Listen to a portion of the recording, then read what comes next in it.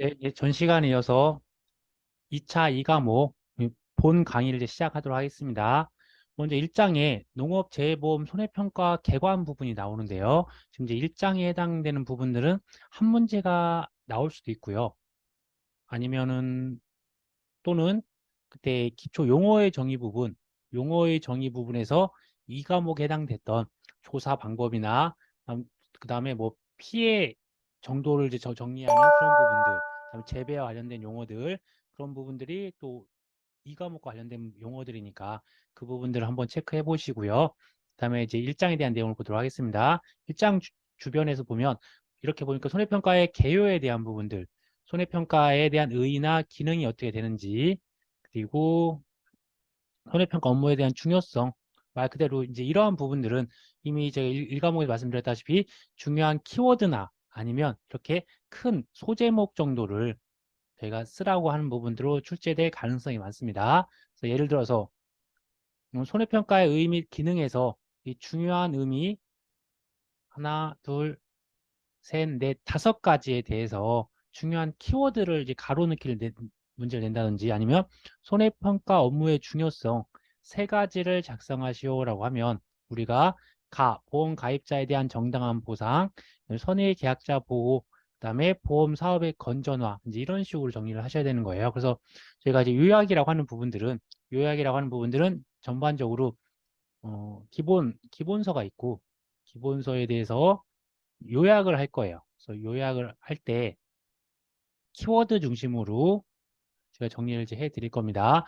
그다음에 요약이라고 하는 부분들이 큰 소제목 중심으로 또 저희가 또 암기를 해 나가셔야 되는 거예요. 그래서 공부하는 순서도 처음에 이제 기본서를 보시되 그 다음에 바로 요약을 하시고 소제목 정도로 해서 암기를 하신 다음에 그래서 이제 이런 부분들을 뭐 3회독, 4회독 뭐 또는 뭐 한 5회독 이 정도 많이 하고 다시 기본서를 한 번 정도 읽는 식으로 해서 이제 실질적으로 중요도가 높은 것들 위주로 해서 공부를 하시되 그 다음에 기본서는 이제 이 부분에서 또 어떤 식으로 출제될 수 있는 가능성이 있으니까 한번 좀 점검하는 차원에서 봐주시면 좋을 것 같으세요.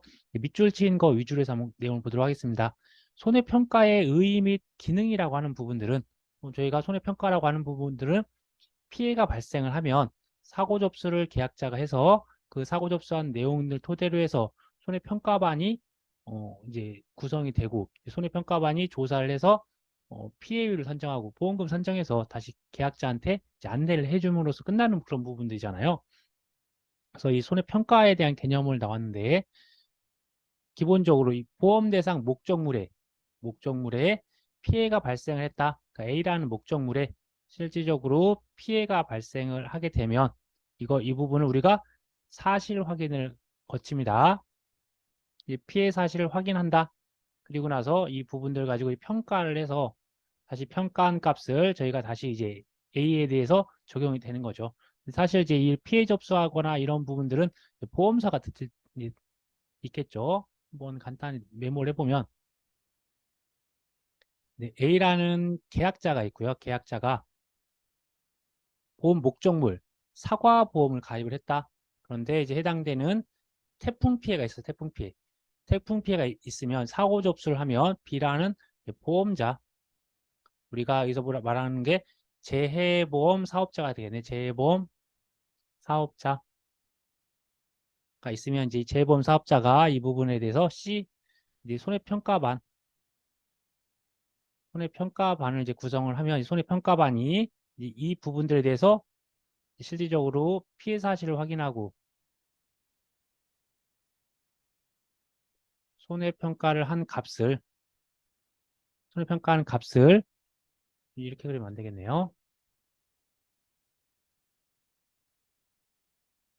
이 재보험 사업자가 이 손해평가반에다 주면 이 손해평가반이 이 값들을 가지고서 제 피해 사실 확인 및 손해평가를 한 값을 다시 이제 재보험 사업자가 그걸 근거로 계약자한테 이제 보험금을 이제 지급하는 이제 그런 구조.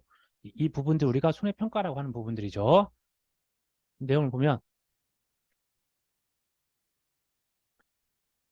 자, 첫 번째 그러니까 보험 대상 목적물 피해가 발생하고 그다음에 그 피해 사실을 확인하고 평가는 일련의 과정을 의미한다. 즉 손해평가는 보험에서 보장하는 제 약간 태풍 피해가 있었고 그다음에 그 손해 정도가 어느 정도를 파악해서 보험금을 결정하는 일련의 과정이라고도 한다. 이런 부분이 있네요. 중간에 보면 손해평가에 대해서 어떤 수확량에 대한 감소, 파악하고 그다음에 손해 비율 이런 것들을 조사해서 지급될 보험금을 산정한다. 이런 부분이 있습니다. 이때 손해평가에 대해서 중요한 의미라고 하는 부분들은 이제 이러한 몇몇 분들에 대한 의견들이니까 이런 부분들에 대해서 개인적인 것들을 가지고서 출제가 될 확률은 그렇게 높진 않습니다. 그래도 저 개념적으로 이해를 해야 되니까 첫 시간이니까 한번 좀 문장 읽어보도록 하겠습니다. 첫째, 이 손해평가로 궁극적인 목표는 우리가 손해평가를 통해서 보험금을 결정하는 가장 중요한 기초 자료가 된다. 이런 내용이 있었고요.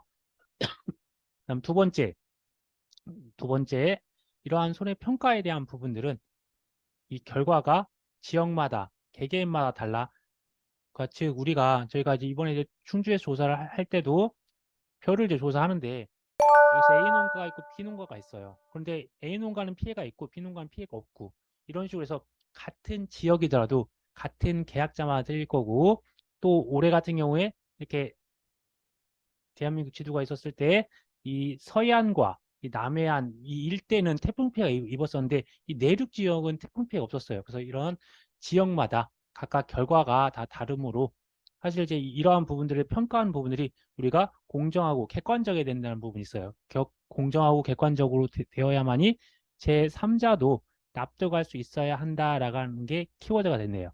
제3자가 납득할 수 있어야 된다. 이 중요한 의미가 있는 거는 그래서 내용을 보면 조사자들이 손해평가 요령, 업무 방법수 등을 토대로 지속적으로 전문 지식과 경험을 축적하고 손해평가 기술을 연마하면 손해평가에 대한 공정성, 그다음 객관성을 더욱 높아질 것이다 라고 되어 있네요. 제3자 납득할 수 있을 정도로 손해평가에 대한 부분이 공정하게 제시가 되어야 될 거고요. 세 번째, 이 보험료율, 어떻게 보면 이 보험료율과 이제 연관이 되어 있어요. 왜 그러냐면 우리는 이제 어, A라는 뭐 B, C 이렇게 보면 이제 다양한 계약자들이 이제 이런 보험에 가입을 해서 사실 이제 피해가 발생을 하면 일정하게 보험회사에서 A나 B 일부 계약자들한테 보험금을 주는 거냐, 보험금. 여기서 보험료를 받아서 그런데 이제 보험회사는 이 보험금에 대한 지급은 납부하셨던 분들에 비해서 극소수만 이제 보험금 혜택을 보게 됨에도 불구하고 이 선의의 다수의 많은 사람들이 지금 이제 이런 지급한 보험금 때문에 보험료가 할증이 될 수가 있습니다. 그러면 이제 이러한 분들은 따로 보험금도 타지 않았고 내년에 또 다음에 보험료 할증까지 될 수도 있다는 부분이 있습니다. 그래서 공정하고 정확하게 평가를 해야 된다는 중요한 의미가 있다는 거예요. 그래서 보험료율은 해당 지역 및 개개인의 이 보험금 수급 실적에 따라 조정한다. 그래서 이 보험금에 대한 지급이 적으면 당연히 보험료도 나중에 요율이 낮아질 수도 있는데 반면에서 보험금에 대한 지급들이 많아지면 보험료에 대한 것들이 할증이 똑같이 되는 거예요. 이거는 이제 비례 관계가 있습니다. 이렇게 되었을 때 문제가 되는 거는 당연히 내가 작은 보험료를 내서 보험금을 좀 크게 타시면 그 계약자분들한테는 나름대로에 대한 어떤 좋은 부분이 있게 됨에도 불구하고 이 불특정 다수에 대한 부분들은 본인들은 피해가 없어서 보험료만 납부하고 보험금을 못하는 데 반해서 또 내년에 보험료가 할증되는 그런 역할이 발생할 수 있기 때문에 이러한 것들을 우리가 이 조사할 때 공정하고 정확하게 평가해야 된다는 거죠. 그래서 지역보험 가입자의 보험료율이 인상된다. 보험금을 많이 받으면 대신 재해가 발생하지 않아 보험금을 지급받지 않은 지역보험 가입자의 보험료는 인하되는 것이 보험의 기본 원리다. 당연한 내용도 있었고요. 그래서 이제 이러한 부분들로 인해서 넷째, 객관성 및 정확성을 유지해야 된다. 이제 내용을 한번 간단히 보면 이렇게 보험료를 납부한 분들에 대해서 보험 혜택을 받게 되는데 이게 너무 계속 피해는 없는데 보험료가 너무 많이 올라간다라고 하면 계약자들이 이제 보험을 가입하지 않는 상황이 발생할 수 있다는 거죠. 사실 내가 1만 원을 내서 1천만 원에 대해서 보상을 받을 걸 우리가 예측을 해가지고 보험을 가입했는데 그런데 이제 피해가 없는 상황에서 갑자기 보험료가 10만 원으로 인상이 되고 1천만 원에 대해서 어떠한 혜택을 받을 수 있겠다고 하면 사실 이제 보험료의 할증에 대한 부분이 많기 때문에 나 그러면 나 보험 가입하지 않을래 라고 함으로써 아예 농업재해보험 제도 자체의 존립까지도 영향을 미칠 수 있다. 그러함으로 따라서 손해평가의 객관성과 정확성을 유지하는 것이 매우 중요하다라는 부분이 있었네요. 다섯 번째, 이 손해평가 결과가 결국은 계속 축적되면 보험 요율의 조정의 기초 자료로 된다. 그래서 저희가 이제 하는 손해평가 결과 지급한 보험금에 대한 부분이 언급이 될 거잖아요. 그다음에 이 지급보험금에 대한 부분이 어떤 지역이나 해당되는 품목이나 해당되는 상황에 따라서 다 누적이 될 거니까 나중에 그걸 가지고로서 근거로 보험료율 조정의 기초 자료가 된다. 그 외에도 농업재해에 대한 이런 통계, 그다음에 재해 대책, 실질적으로 어떤 재해에서 어떠한 보험금이 지급이 되고 또 어떠한 상황, 어떠한 지역, 어떠한 품목 그런 것들에 대한 부분들이 각각 수립이 되니까 통계나 재해 대책 수립에 이런 기초 자료도 이용될 수 있다. 이런 내용이 있었으니까 이제 한두 번 정도 더 읽어보시고 중요한 키워드 중심으로 봐주시면 좋을 것 같습니다. 그다음에 손해평가 업무의 중요성. 그다음에 또 보니까 공정하고 정확하게 이루어져야 된다라고 하는 부분들의 내용들을 봤었을 때 이 보험 가입자에 대한 정당한 보상, 즉 이 부분들은 이 보험료율과 관련된 것들이네요. 이게 공정하게 평가를 해야만이 이게 보험료율을 이제 어떤 이제 타당하게 책정이 된다는 거예요. 만약에 손해평가를 너무 많이 이제 후하게 해서 보험금을 많이 지급하게 하게 되면 선의의 불특정 다수가 보험료율이 올라가 버리는 그런 현상이 발생할 수 있어요. 특히나 이제 지역적인 특성들이 좀 강한 품목들이 몇 가지가 있습니다. 무슨 뭐 사과나 뭐 배, 뭐 또는 벼의 경우에서도 일정한 지역, 또 어떤 해당된 특성이 있는 지역의 작물들 같은 경우는 어떤 이제 손해평가인 조직이나 아무튼 이제 그런 좀 빡센 데들이 있어요. 네. 그래서 거기는 많은 분들이 보험 혜택을 보시는데 사실 보험 가입을 그 지역만 가입한 게 아니라 전국에 평균치로 가입하다 보니까 이쪽 지역에서는 이쪽 지역의 불특정 다수한테 보험금이 많이 지급을 되고 그다음에 나머지 지역에는 보험금이 거의 지급이 되지 않았다라고 하였을 때 이때 지급된 보험금이 많음으로써 나머지 계약자들도 보험료가 인상이 되어야 되는 부분이 있어요. 그래서 이 보험료율과 관련된 부분이 공평하게 분담할 수 있게 정당한 보상으로서 손해평가 업무가 중요하다. 그다음에 역시나 똑같은 선의 계약자 보호도 마찬가지예요. 일정한 금액의 보험료 부분이 인상이 된다. 그런 부분이 똑같은 내용이고요. 그다음에 보험 사업의 건전화 역시나 이런 보험료에 대한 상승과 관련되어 있고 또 보험 사업의 건전화라고 하는 부분에서는 부당 보험금의 증가 이제 이게 보험료 상승으로도 이어지는 거잖아요. 똑같은 내용들을 가지고서 그냥 이런 부분들을 이제 설명을 되어 있습니다. 여기서 키워드들은 보험금이 많이 지급되고 보험료가 많이 인상이 된다. 그거 관련돼서 세 가지를 기억해 주면 좋을 것 같으세요. 이제 실질적으로 이제 더 중요한 부분이 나오긴 하는데 이제 2절의 손해평가 체계에 대한 부분들은 사실 이제 우리가 1차 2과목, 이 과목에 해당되는 농업재해보험 법령, 그래서 농업재해보험법과 그 시행령, 그다음에 이제 손해평가 요령 이제 이 부분이 들어가 있는 부분들이잖아요. 관련된 내용도 있으니까 이 부분들도 역시나 중요한 부분들 그냥 밑줄 친 부분들로 한번 봐주시면 좋을 것 같으세요. 먼저 손해평가 등이라고 하는 부분들은 손해평가인, 손해평가사, 손해사정사가 이 손해평가를 담당할 수 있죠. 근데 손해평가인은 아시다시피 뭐 5년 이상 뭐 경작 활동을 했던 뭐 농업인 아니면 뭐 2년 이상 뭐 가르쳤던 분, 3년 이상 가르쳤던 분, 또 어떤 농업에 관련된 아니 뭐 보험회사에서 근무하셨던 분, 뭐 그런 식으로 해서 일정한 지식과 경험을 갖춘 사람 또는 그 밖에 관계 전문가들 말 그대로 이 전문가나 그 경험치가 있는 사람들이 손해평가인으로 유출을 하는 거고요. 그다음에 여기까지는 위촉이고 그다음에 손해평가사라고 하는 부분들은 제11조 제2항이 뭐였냐면 제11조 2항이 해당하는 이제 법령이죠. 법에서 시험에 합격한 자 되겠네요. 그다음에 보험업법에서 따라서 손해사정사에게 손해평가를 담당하게 할 수 있다. 손해평가사는 보험업법에 관련된 부분들 제11조 2가 아마 이제 농업재해보험법일 것 같아요. 농업재해보험법 11조 2에 따른 손해평가사. 그래서 손해평가사는 이 농업재해보험법에 관련이 있다라고 봐주시면 되세요.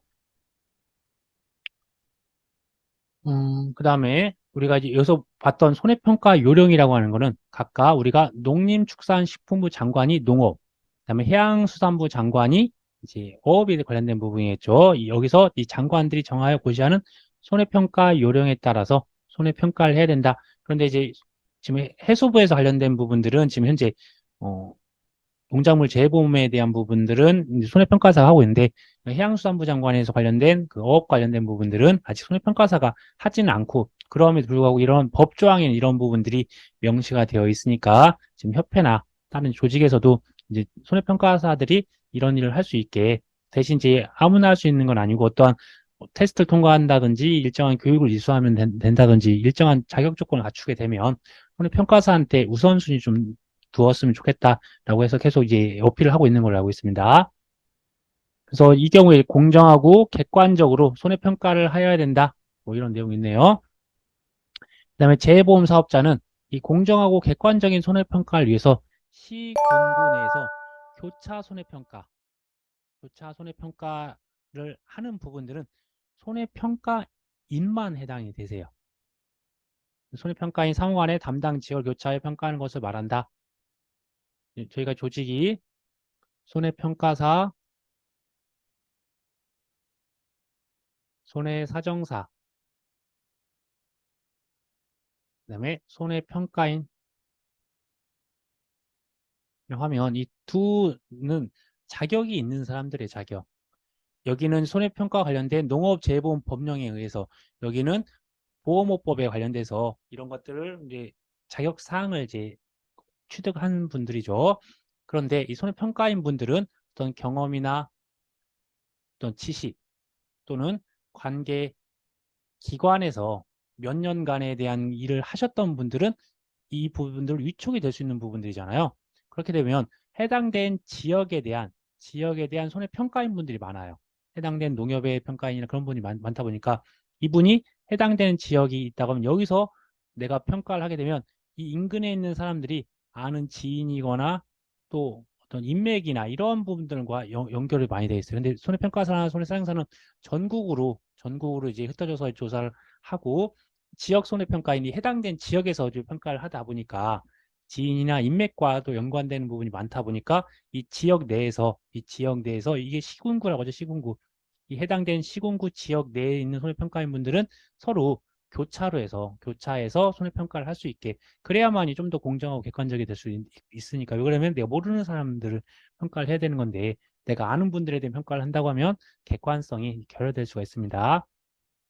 그래서 여기서 동일 시군구에 대해서 교차 손해평가를 하는 부분들은 손해평가인 상호 간에 담당 지역을 교차한다. 이게 지역 손해평가인이에요. 뭐 역시나 이것들도 해당되는 장관들이 정한다. 그다음에 이런 장관들이 이 손해평가 요령을 고시하려면 미리 금융위원회와 협의를 해야 된다. 금융위원회에서 이런 부분들을 이제 총괄을 하고 있습니다. 그다음에 이제 교육에 대한 부분이 나오네요. 이 손해평가인이 할 때는 연 1회 이상 정기 교육을 실시해야 된다. 그러니까 이게 사실 이제 모토가 손해평가사는 나중에 2015년, 2016년도부터 도입된 제도이고 손해평가에 대한 관련 부분들은 이제 2001년부터 도입이 된 거잖아요.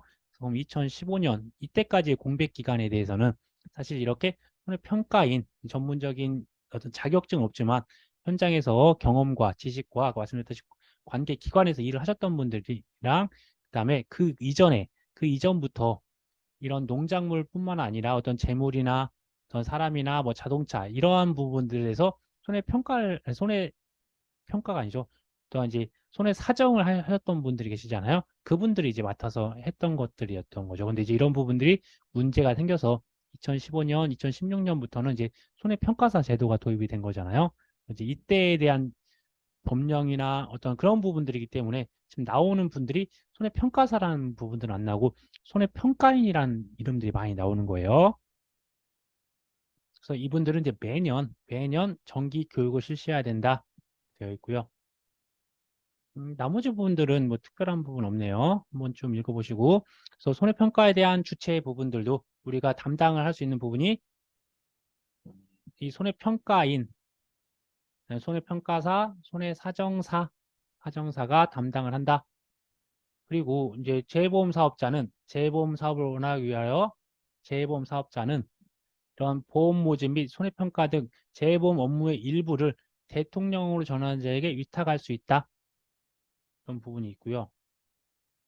그다음에 대통령이 정하는 자는 뭐 여기서 지역 농업, 그러니까 이 부분을 보험 모집을 그다음에 이런 재보험 업무에 대한 일부를 할 수 있는 단체가 어디 있냐면 첫 번째 어떤 농업 협동조합에 따라 설립된 지역 농업 협동조합, 지역 축산업 협동조합, 또 품목별 업종별 협동조합. 말 그대로 이제 단위 농협제 단위 단위 농협, 단위 축협 이런 부분들 또는 여기서 품목별 만약에 어떤 금산의 인삼 관련돼서 또 뭐 청송의 어떠한 사과, 나주의 뭐 배 그런 식으로 이제 어떤 원예 사업이나 그런 부분이 발달된 데도 있어요. 품목이 그런 부분들에 대한 또 협동조합이 있을 수도 있고요.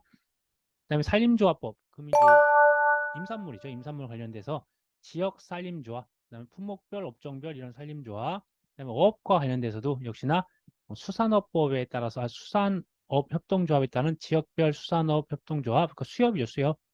위에는 이제 산림청이고 산림업이고 여기는 밑에 수산업에 대해 관련된 부분이 있다. 사실 이제 이런 부분들은 1차에서 공부하는 부분들이니까 우리는 그래도 좀 혹시 빈칸 넣기 같은 경우도 나올 수도 있는 부분이 있을 수가 있으니까 이런 부분들까지는 기억을 해주세요.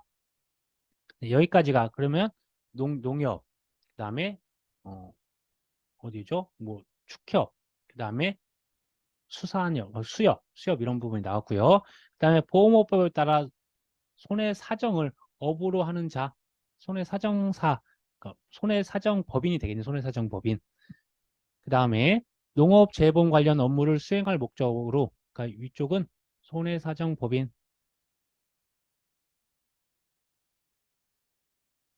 농업재보험 관련 업무를 수행할 목적으로 민법에 따라 농림축산식품부 장관 또는 해양수산부 장관의 허가를 받아 설립된 비영리법인, 손해평가 관련 업무를 위탁하는 경우만 해당한다. 여기가 우리가 양협회가 되는 거야, 양협회.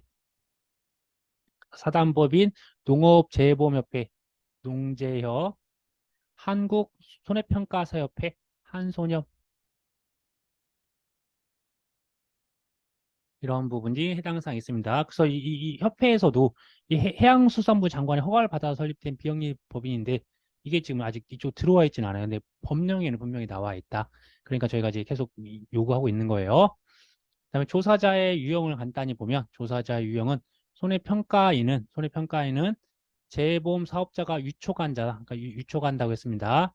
손해평가사는 손해평가사 자격시험에 합격한 자, 그러니까 이것도 농림축산식품부 장관이 주관을 하는 거죠. 네, 손해사정사는 보험개발원에서 주최를 합니다. 그래서 보험업법에 하는데 이 자격시험에 합격하고 일정 기간에 실무수습을 마쳐 금융감독원에 등록한 자를 손해사정사라고 한다. 그 되어 있는 부분이 있습니다. 그래서 한번 비교해 보시고요. 이 밖에 재보험 사업자 및 재보험 사업자로부터 손해평가 업무를 위탁받은 자는 손해평가 업무를 원활히 수행하기 위하여 손해평가 보조인을 운영할 수 있다. 그런데 여기서 지금 아까 이렇게 운영할 수 있는 부분들이 어디였죠? 농협, 축협, 어떤 수협 그런 부분이 있었는데 거기에 이런 협회는 빠집니다. 이 손해평가 협회는 손해평가 관련된 업무를 위탁하는 경우만 해당된다. 그러니까 말 그대로 협회는 손해평가 업무만 볼 수 있는 거예요. 그런데 나머지 여기에다가 법인은 이 손해평가 보조인을 운영할 수 있다는 제도가 있어요. 그래서 나중에 저희가 손해평가사 합격을 하면 양협회에 들어가거나 아니면 손해사정 법인에 들어갈 수 있는 근거가 여기에 있는 거예요. 그래서 지금 이제 이런 부분들도 사실 이제 손해평가사들만의 어떤 그런 부분들을 하기 위해서는 약간 이제 수정이 되어야 될 부분이 있습니다. 하지만 지금 현재는 우리가 이런 어, 손사 법인에 취직하거나 아니면 양협회에 어떻게 이제 들어갈 수 있는 부분이 있으니까 손해평가사가 되면 이제 그런 이제 자기에 맞게 자기 상황에 맞게 선택을 하면 되시는 거예요. 어차피 손해사정 법인도 손해평가사, 손해사정사, 손해평가인들이 구성이 되어 있는 조직이다 보니까 과거에는 이렇게 농재협이라는 조직도 평가인 분들이 많이 있었어요. 이제 그럼에도 불구하고 이제 계속 평가사들이 합격을 많이 하면서 요즘에는 이제 대부분의 어떤 조직의 구성은 손해평가사가 대부분 차지하고 있거든요. 그다음에 사정법인 같은 경우에서도 평가사에 대한 이제 합격생들이 많아지고 어떤 그런 이제 수요들이 많아짐으로써 손해평가사들을 더 많이 이제 많이 뽑고 있는 걸로 알고 있습니다. 손해평가에 대한 체제, 이제 이 부분들은 이제 중요한 부분들이니까 간단히 한번 또 보도록 할게요. 이제 여기 부분은 과거에 15점짜리로 또 출제 나왔던 부분인데요. 먼저 손해평가 체계는 손해평가는 보험 가입자인 농업인이 사고 발생을 통지하는 것으로 시작하여 현지조사 및 검증조사를 실시하는 일련의 과정이다. 마지막이 이제 그러니까 사고 발생 통지부터 시작해서 현지조사 및 이 검증조사 거기까지가 끝나는 거네요. 한번 결과론적인 것도 보고 그 다음에 안에 있는 내용도 보도록 하겠습니다. 저희가 암기할 때는 우선은 통역반이에요. 무슨 통역반, 실력,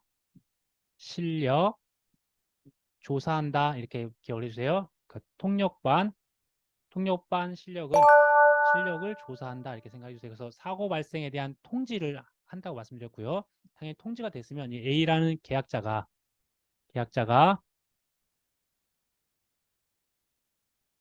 사고가 발생하면 이걸 통지를 하면 어디에다가 당연히 이제 보험자에다가 재보험 사업자한테 통지를 하겠죠. 그러면 그 위탁을 받았던 애가 단위 농협이 될 수도 있고 아니면 직접 NH 손보에다 할 수도 있고 하는 부분이 발생을 하면 사고 발생 통지를 하면 이 부분들에 대해서 아까 어떻게 하는 얘기죠?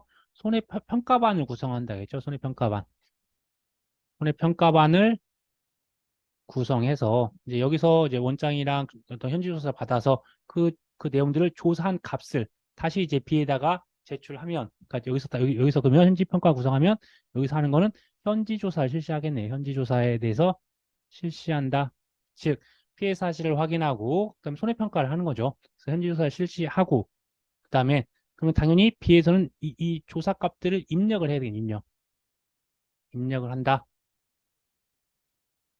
그렇게 되네. 사고 발생 통지를 하고 그러면 이제 B에서는 사고 발생 보고를 전산에 입력을 하면 입력을 해서 손해평가반을 구성해서 손해평가반이 이 현지조사를 실시하면 이 조사값들 입력을 하고 그리고 나서 뭐 또 다른 검증조사나 또 재조사나 그런 조사들 값들을 따로 할 수 있다.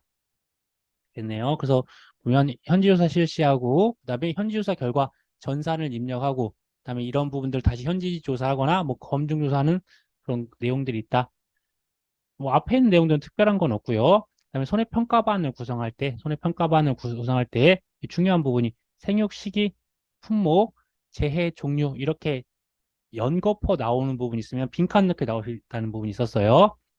그다음에 조사자 1인, 그러니까 손해평가반은 여기서 손해평가반이 중요한 손해평가반은 조사인 1인을 포함하여 5인 이내로 구성하다. 그래서 1인부터 5인, 최소 1인, 최대 5인까지 구성할 수 있다는 거예요. 그래서 이번에 저희가 표조사를 1인 조사를 했어요. 근데 이제 이런 부분들이 뭐 법적으로 우리는 2인 조사를 해야만 된다. 그런 근거는 없습니다. 사실 근데 2인 조사를 해야만이 어떤 운전을 하거나 아니면 계약자를 이제 면담을 하거나 이제 조사를 하는 데 있어서 좀 더 잘 할 수 있는 부분들이 있는데 1인 조사를 하다 보면 농로도 잡고 그다음에 그래서 교통을 이제 운전하면서도 사고 위험도 있고 조사하는 데 있어서도 좀 비효율적인 부분들이 많이 있습니다. 저희가 이제 개인이 가서 계약자 상담도 해야 되고 그다음에 가서 이제 표본도 떠와야 되고 다시 이제 어떤 걸 훑어가지고 조사값들 같은 정리를 해서 다시 또 계약자한테 안내해 주는데 시간들이 걸리고 또 혼자 살려면 그런 부분이 좀 힘들고 할 수 있는 부분이 많이 있어요.